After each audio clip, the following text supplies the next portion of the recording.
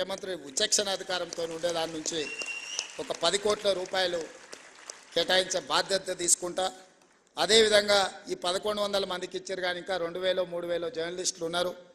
మా వాళ్ళు అప్పుడప్పుడు కలిసినప్పుడు సార్ రాష్ట్ర విభజన అయింది, అటుపక్క పోయిన వాళ్ళకు కూడా ఇటుపక్క ప్లాట్లు వచ్చినాయి, మొత్తం ఇటుపక్క ఉన్న వాళ్ళకు రాలేదని కూడా మా మిత్రులు అప్పుడప్పుడు నా చెవిలో చెప్తుంటారు.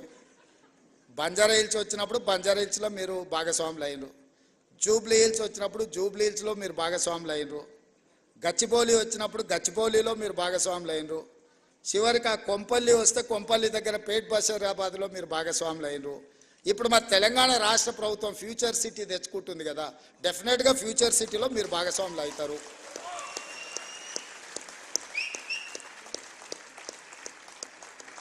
ఎవరైతే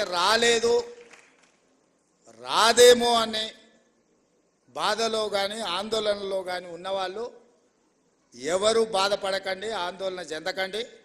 అర్హులైన వాళ్ళందరినీ కూడా ఫ్యూచర్ సిటీలో భాగస్వాములను చేసే బాధ్యత నాది. మరి ఇప్పుడు ఆ ఫ్యూచర్ సిటీ మీద అయినప్పుడు దాని నిర్మాణానికి కావాల్సిన నిర్మాణ కార్యక్రమాలన్నీ కూడా అది నిర్మించడానికి అవసరమైన కార్యక్రమాన్ని ప్రొఫెషనల్ స్కీమ్స్ కూడా మీరే తీసుకెళ్ళాలి.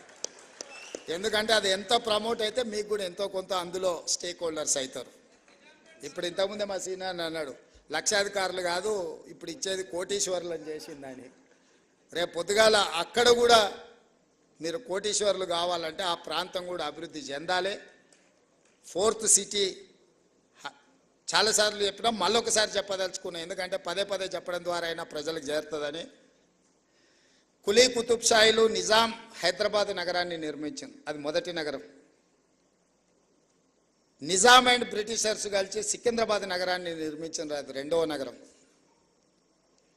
చంద్రబాబు నాయుడు రాజశేఖర్ రెడ్డి కలిసి సైబరాబాద్ నిర్మించింది, అది 3వ నగరం. ఇప్పుడు మనందరం కలిసి 4వ నగరం 4th city, that is called future city, అది మనందరం కలిసి నిర్మిద్దాం. మీరందరూ భాగస్వాములు అందులో. మీ అందరి తరఫున ప్రతినిధిగా నేను పనిచేస్తా. మనకు 4వ నగరం అవసరం ఉంది.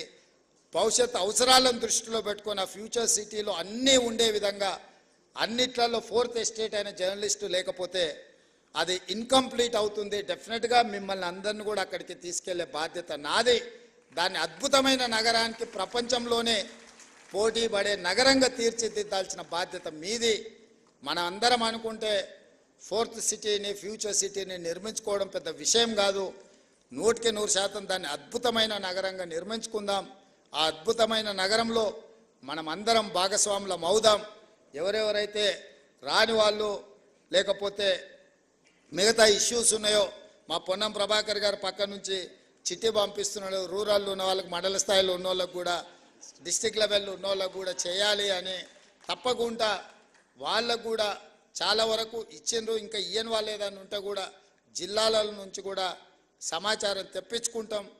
వాళ్ళందరినీ కూడా గౌరవప్రదంగా మీ వృత్తిలో మేము జర్నలిస్ట్ అని మీరు గౌరవంగా చెప్పుకునే విధంగా మీ అవసరాలను మీ సమస్యల్ని పరిష్కరించడానికి ఈ ప్రభుత్వం పనిచేస్తుంది. చివరగా నా విజ్ఞప్తి ఒక్కటే,